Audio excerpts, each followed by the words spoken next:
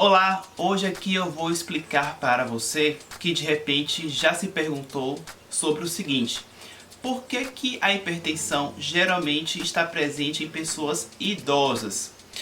Deixo bem claro que a hipertensão arterial é um quadro que pode acometer diferentes faixas etárias, inclusive pessoas que são adultas, que não estão na fase ali, né, que se classifica de idosos, né?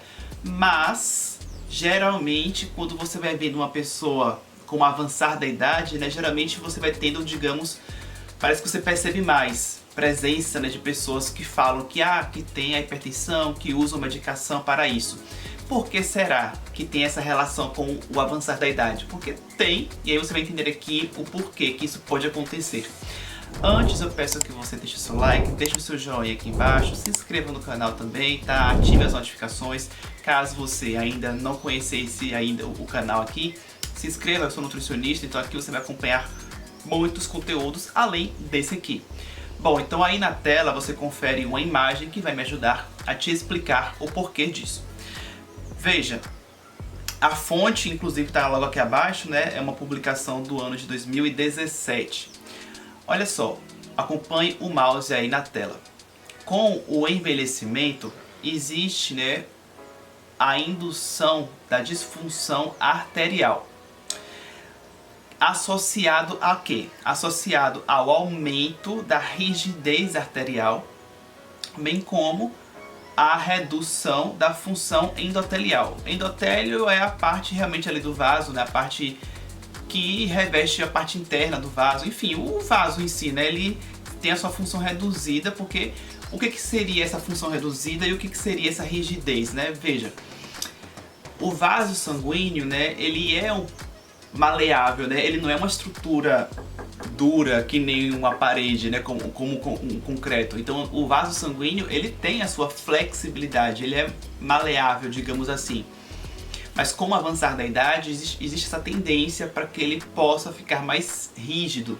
Isso não é bacana, porque a flexibilidade do vaso é como se ele tivesse mais maleável às flutuações de pressão interna do vaso, de pressão arterial. Quando você deixa ele mais rígido, ele pode, com o aumento de pressão, como ele é menos flexível, ele pode se romper, né? Então, enfim, não é muito bacana essa questão aí. Fora o fato de que você pode, justamente como o vaso ele fica mais rígido, a pressão ali, quando ela aumenta, o vaso pode ser maleável e ele pode alargar um pouquinho para poder equilibrar essa pressão interna do vaso. Mas quando o vaso ele é mais rígido, isso não acontece facilmente, então realmente você pode ter uma pressão ali literalmente aumentada sem a devida correção. E aí você tem a tal da pressão arterial, né, aumentada, por exemplo. Então deu para entender, né?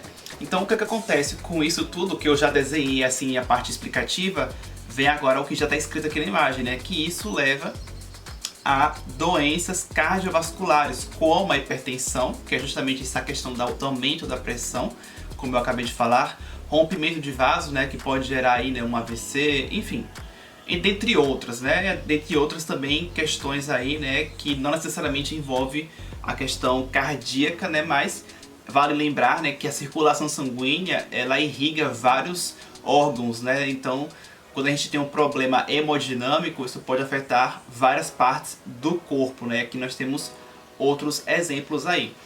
Aí veja o seguinte, né? Que aqui nós temos a relação da nutrição com isso tudo. Esse desenho aqui, eu confesso que ele é um pouco dúbio, né? Ele passa uma mensagem de duplo sentido.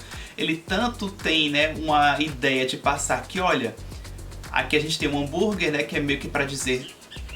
se referir a uma má alimentação, e aqui uma maçã para representar uma boa alimentação. Então meio que quando você coloca a maçã acima, é meio que para dizer, olha, dê preferência em maior quantidade a consumir coisas boas, como frutas, como a maçã, para representar isso, né? Da ideia de você priorizar esse tipo de alimentação. Só que como isso aqui está meio que numa balança na imagem, aí quando você coloca um hambúrguer na parte de baixo, meio que dá uma outra ideia, né, de que na verdade o hambúrguer ali, a má alimentação, vai pesar mais vai priorizar, vai ser o que a pessoa vai priorizar na sua alimentação. Então pode dar esse outro sentido aí, né, errôneo, mas entenda a interpretação correta, que é o seguinte, que na verdade você tem que ter uma ideia de que a sua alimentação interfere e obviamente, né, que vai ser uma boa alimentação que você deve dar preferência, porque uma boa alimentação pode inibir esse processo. Veja, você pode tanto ter uma boa alimentação para prevenção disso daqui, porque o que eu falei no começo, que o envelhecimento naturalmente leva a isso daqui. É uma tendência, mas se você é uma pessoa que se alimenta bem desde sempre, isso daqui não necessariamente vai acontecer, né? Porque essa rigidez arterial a gente chama de arteriosclerose. Então não necessariamente todo mundo vai ter isso, não necessariamente todo mundo vai ter uma hipertensão, não. Então você pode fazer uma prevenção por uma alimentação saudável, que aí você combate esse processo aqui.